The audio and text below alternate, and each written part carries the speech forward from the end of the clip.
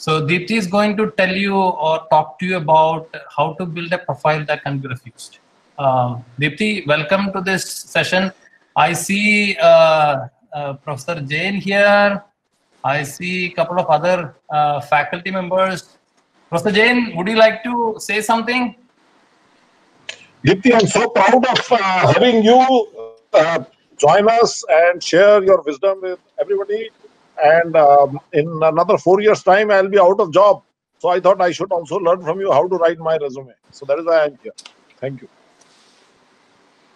Thank you, Professor Jain.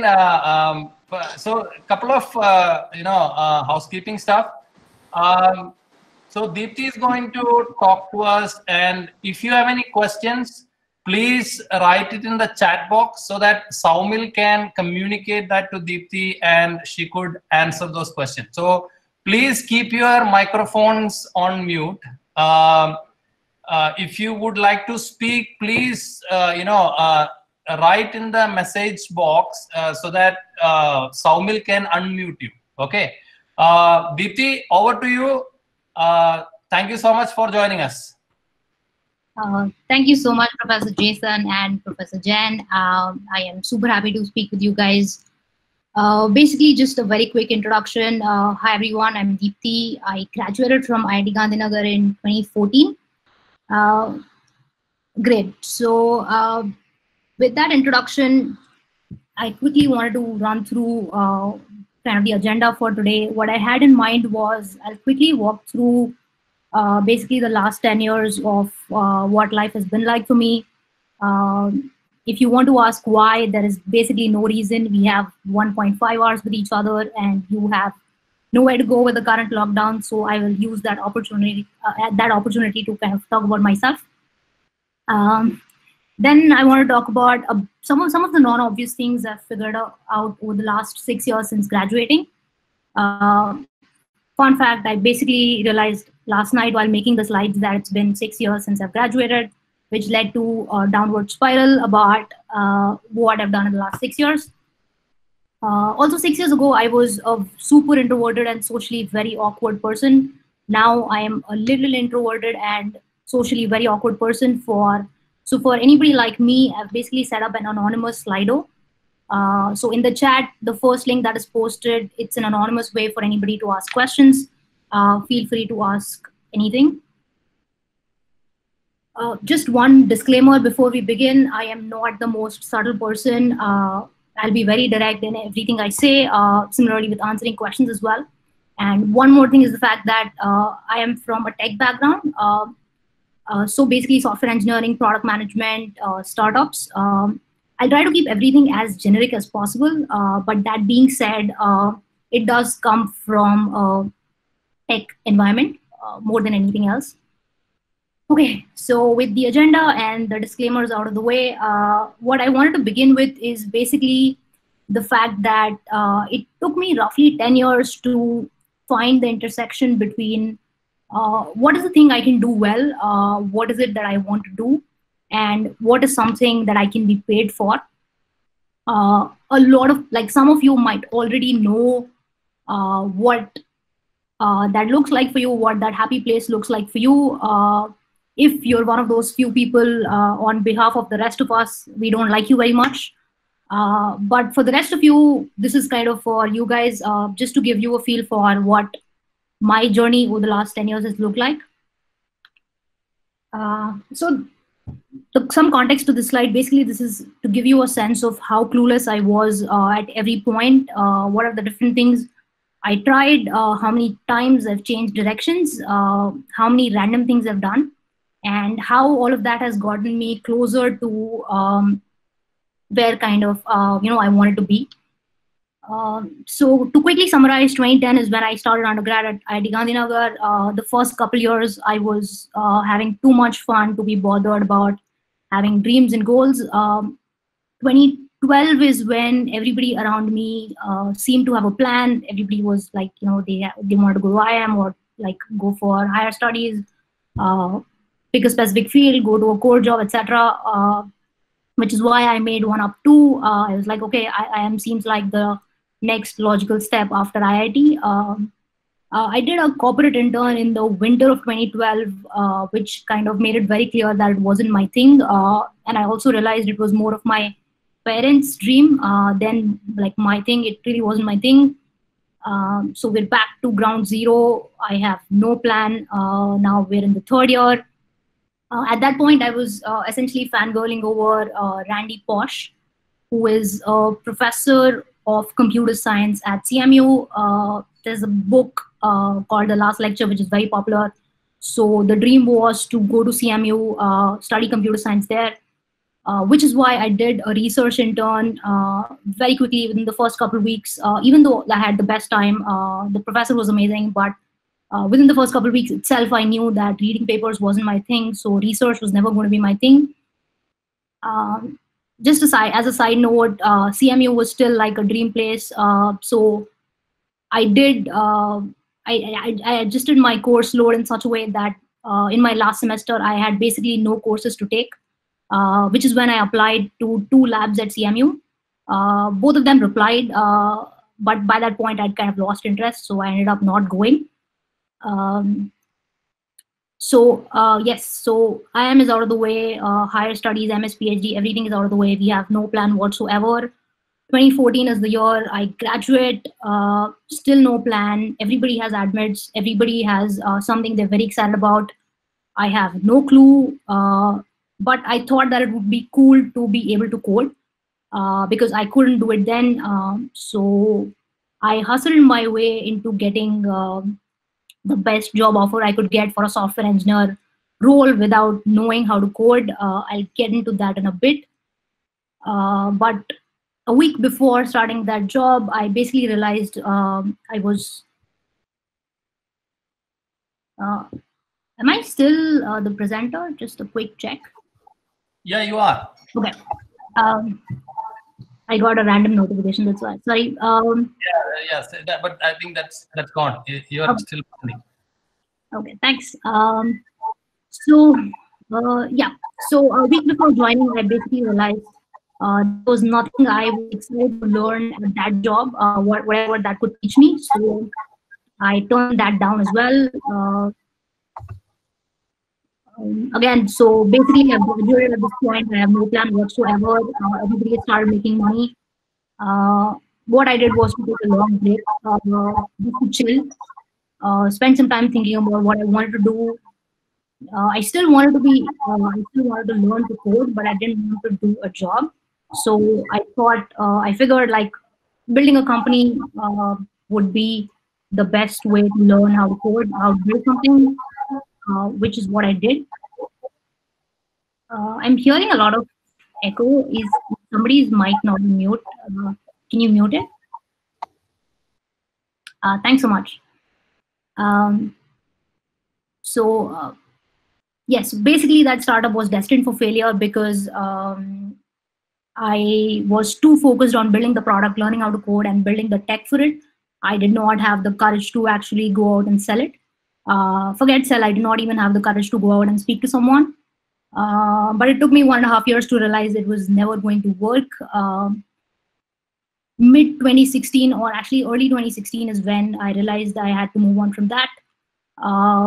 So this was like maybe March of 2016.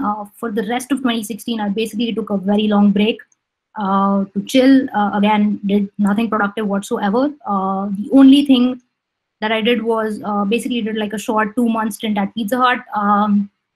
Now, whenever I give an interview, like at least until a few years ago, I presented as a way that, you know, I kind of attempted to come out of my comfort zone, which is true, but it's only 20% of the truth. The other 80% of the truth is the fact that I was just really curious about what it would be like.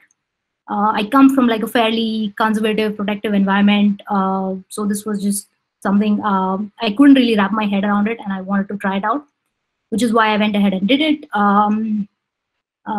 But essentially what that led me to the job I had for a year. It was a very early stage startup that I joined, very excited about the problem statement. We were working on something very cool. At that point, this was before WhatsApp had launched their APIs. So we were essentially building our own internal WhatsApp infrastructure to kind of bypass WhatsApp. And built training and onboarding modules for blue collar workers in the likes of like Flipkart, Uber, or the delivery companies, which was great, except I got really bored writing code. In less than a year, I figured writing code wasn't my thing either. This is weird because this is end of the 2017, 3.5 years since I graduated, and writing code was the only measurable skill I had. So that was kind of a bummer. 2018 is when I decided to start up again, moved to Singapore, started this company with my co-founder. It's super early stage still, so we do not know if it's going to be a success. But what I can tell you is I'm learning much faster than I could possibly learn anywhere else. I'm having a lot of fun building this company with my co-founder, and I'm probably happier than I've ever been in my life so far. So that is roughly my journey. Next, I wanted to quickly tell you a few things about what I learned along the way. But just couple of things to keep in mind is the fact that one of the best pieces of advice I've ever read somewhere, I don't remember from where, but it's that you shouldn't take advice from anybody you wouldn't want to swap your life with, which is something I truly believe. Basically, what I'm trying to say is there is no reason for anybody to follow anything I say. I'm not here to teach you anything because there is literally nothing you can't learn yourself if you want to. That being said, I did graduate 6 years before you, so I do have some experiences which are slightly crazy and a bit different. So if there's anything in particular that intrigues you, feel free to ask questions for more details. Yeah. So the first and the most important thing I wanted, I think it's important for somebody who's graduating now is just to understand very quickly that anything you put your mind to is possible. And by anything, I mean literally anything. I wanted to talk about a few things just to give you context on why I believe that.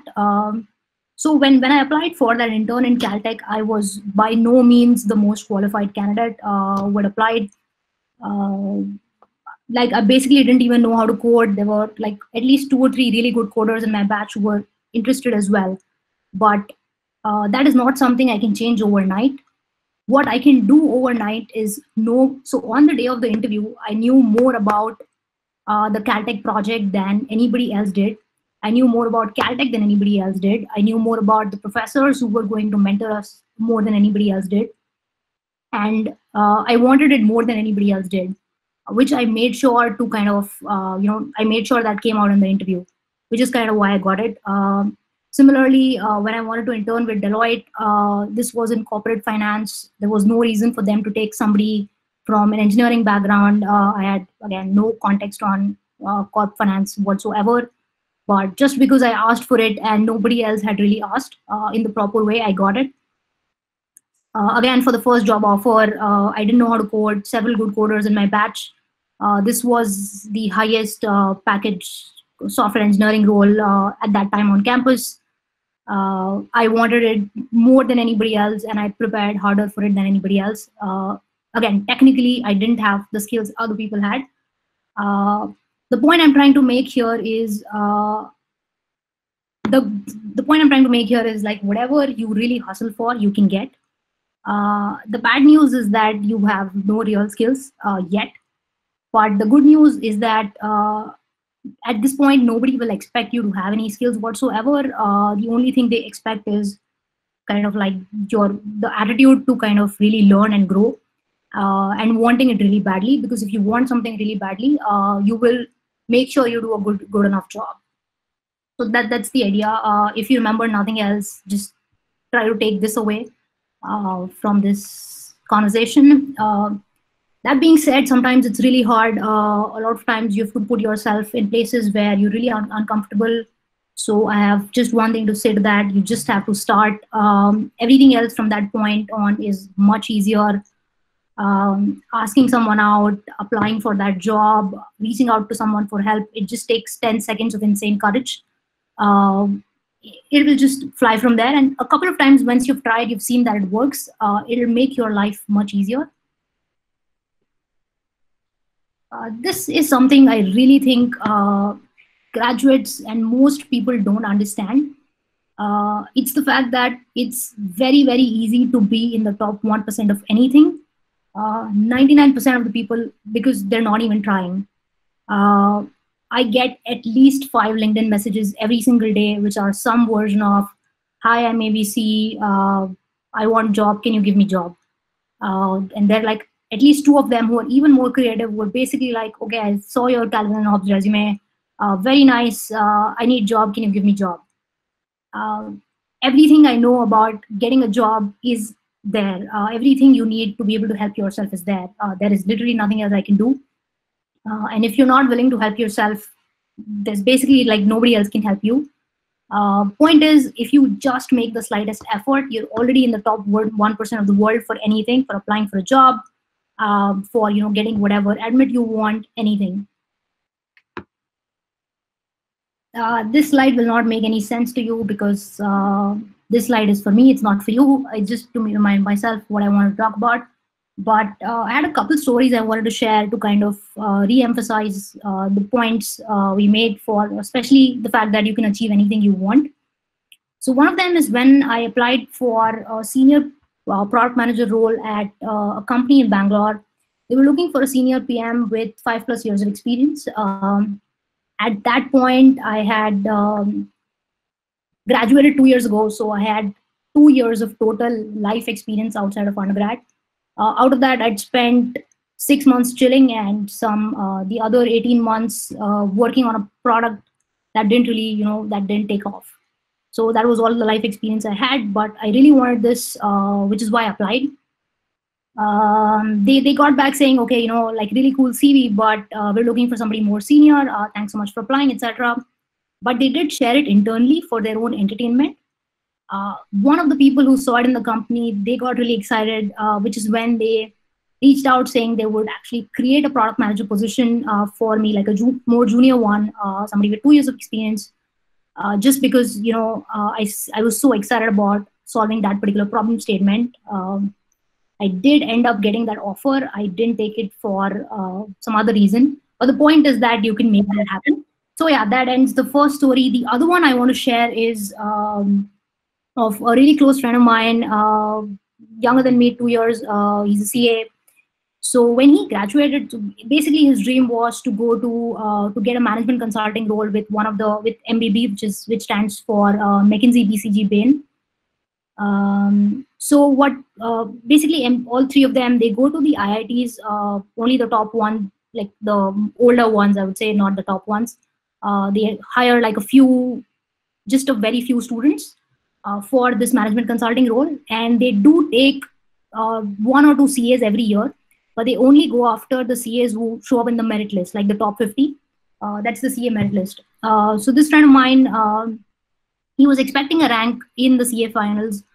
For whatever reason, like he screwed up a bit, he didn't get it. He missed it by a few, marks, which meant his shot to kind of get into any of these companies was gone. He was basically whining one day. We were talking about it, so then we whined for a bit, and then then the question was, okay, are we just going to whine about it, or are we going to do something about it? Because there is nothing to lose, you might as well try something. We brainstormed a bit. What we decided to do was basically email the head of all 3 of them, saying, okay, this is my story, this is who I am, this is why I deserve a chance for an interview. Now, you're not asking for a job, you're just asking for a shot which you think you deserve because you are as good as the other top 50. Very long story short, by the way, it was a completely cold email. This was not somebody he or I knew or we had anybody in common. Very long story short, he did get that job. He had to prep really hard for the interviews and everything. Of course, you don't get anything served to you, but because you took that chance, you had that courage to send out that email, you now are on a very different career track. That was the second story I had to share. I hope that encourages at least one of you to try something, to go after a job you really want. Now, when I shared these stories, I told you about how I got that senior product manager job, how this friend of mine got, the management consulting job he really wanted. What I haven't told you is how many interviews I have sucked at, how many times I've gotten rejected. Similarly, I haven't told you how many times he failed, how many times he got rejected, how many times we cried about it. Because that is something you will never see on the resume. And that is something you will never really kind of share on your LinkedIn. The idea is that what I mean to say is the fact that in the short term, it really doesn't matter how many times you fail. The more you fail, the more you kind of expose yourself to the chance of being successful, which is kind of the only thing it matters. Because once you have that job at McKinsey or BCG or whatever, it doesn't matter how many companies rejected you first. Once you have that VC invest like $5 million in you, it doesn't matter how many VCs said no first. That's the point. Like, that's the thing to focus on. This is something everybody kind of forgets because when you're failing, it just feels like the end of the world. This is something you really should remember. Another thing, I think, because of how placements in India are structured, I think this is super important to understand early in your careers than later, is make sure you're very intentional about where you're going and what you're working on. Like, don't go where somebody else wants you to be. Just because, like 10 companies are coming to campus, you decide, okay, these are the top 3 you want, you interview for them. One of them wants you and then you go there. There are like thousands of companies in the world. There is nothing stopping you from applying to those. If you do not like, any of the companies that are coming to campus, if for whatever reason you didn't get that particular job you wanted. So basically be very, very intentional about what you're doing. Because once you start something, time will basically fly, and 5 years down the line, you realize you ended up somewhere you didn't want to be in the first place. You do not want that wake-up call. So like, be very intentional from day one. That being said, lots of times you have to make sacrifices because of whatever, I don't know, the financial situation at home might be, or whatever skill set you have, you might be limited by that. I'm not saying that you shouldn't start at a place you don't want to be, but if you have to start somewhere you don't want to be, you have to remember every single day, that's not your journey, and you have to keep moving in the direction you want to move in. That is something, it's very, like, once you start on a job, it's very easy to get complacent and not kind of keep moving forward. This is something I think is worth remembering. So that was pretty much the first point I wanted to make. Anything you want to do, you can get there. The second thing I wanted to talk about is being smart will only get you so far. This is because the reason I wanted to mention this is because this is something I believe very strongly in, that smarts are everything. Over the last 6 years, I've realized that's not the case whatsoever. You do need a baseline amount of smarts, which by definition all of you have because you studied at IIT. Most of what matters is hard work, discipline, and a lot of luck. The good thing about luck is that if you just stay out there long enough, luck will find a chance to kind of come to you. One small thing I wanted to touch upon is the fact that at least this is how I felt very honestly, graduating from IIT Gandhinagar. This is a new IIT. I probably don't have the same opportunities that somebody at IIT Bombay has, or IIT Kanpur or whatever other IIT. 5 years down the line, I know that is so not true. I have the capability to apply to whatever job I want, either when I'm graduating from IIT or now. There is nothing stopping you from doing or getting whatever that IIT Bombay person is getting. I know, so my co-founder is somebody who studied computer science at IIT Bombay, so I know a lot of people in his batch who also studied computer science, got double-digit ranks, did well in the start, got really complacent later on. Now they're kind of a bit lost.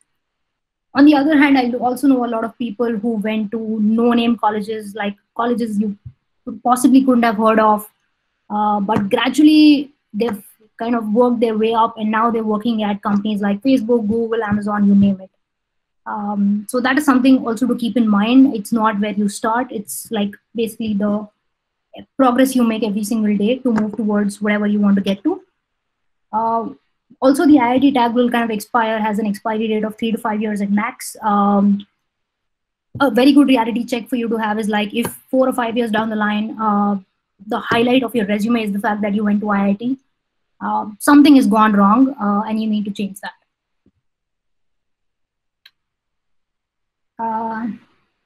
Okay, so when I was like a few years ago, one advice you keep hearing all the time is basically to follow your passion. As somebody who had either no passion whatsoever or at least didn't know what my passion was, I found that like completely useless advice. I don't remember who originally said this, but what I found very useful is following curiosity. So everything I've done so far, the research and on the corporate intern, the software engineering, the first job, building a startup, working at Pizza Hut, everything was basically because I was curious about it and I wanted to kind of figure out what it was like. And it has kind of gotten me much closer to where I want to be. So I feel like this is more practical advice. This is kind of a bit unrelated, but I think a lot of people could use this. This will probably not make sense right now. It might make sense like 3 to 5 years down the line. But if you have one person in your life whose opinion you really truly respect, it has the potential to kind of change your life. It can be like a friend in your batch who you really respect, who's really smart, and you kind of want to do what they're doing. You have similar interests, or it can be somebody you reach out cold on LinkedIn, somebody much older. It can be like anybody you find along the way. Simple thing to remember here is that everybody wants to help, but you have to prove worthy of their time. If you just spam people on LinkedIn, nobody is ever going to reply to you. You have to find, like, you have to make it worth their time to kind of help you out. When I was graduating, or like even during my undergrad days, one thing I worried about constantly is the fact that this is going to end. I am super happy to report that it kind of gets better. It's pretty damn good. I highly recommend it. You will make all the new friends you need. Your old friends will also stay friends. You will have to make some effort. At IIT, everybody who's like, who's assigned to be a roommate or somebody who sits next to you in the mess, they become your friends. In the real world, you have access to more people, which means you have more likelihood of finding more people from your tribe, but you have to make a bit of effort. You get to travel, which is amazing. Just a couple last things I wanted to mention is you will never have this much time again in your life, especially if somebody's joining date has been extended or somebody's job offer has been being taken away, or somebody didn't find a job during placement. It really doesn't matter where you are at this point in your life. In 5 years, I am telling you, it won't matter if you take the right steps and move in the right direction. You have all the power in the world to change that and kind of do well for yourself. So very long story short, what I wanted to say was basically have the courage to try different things, have the courage to fail, and have fun. That is pretty much all I had. Very happy to take any questions.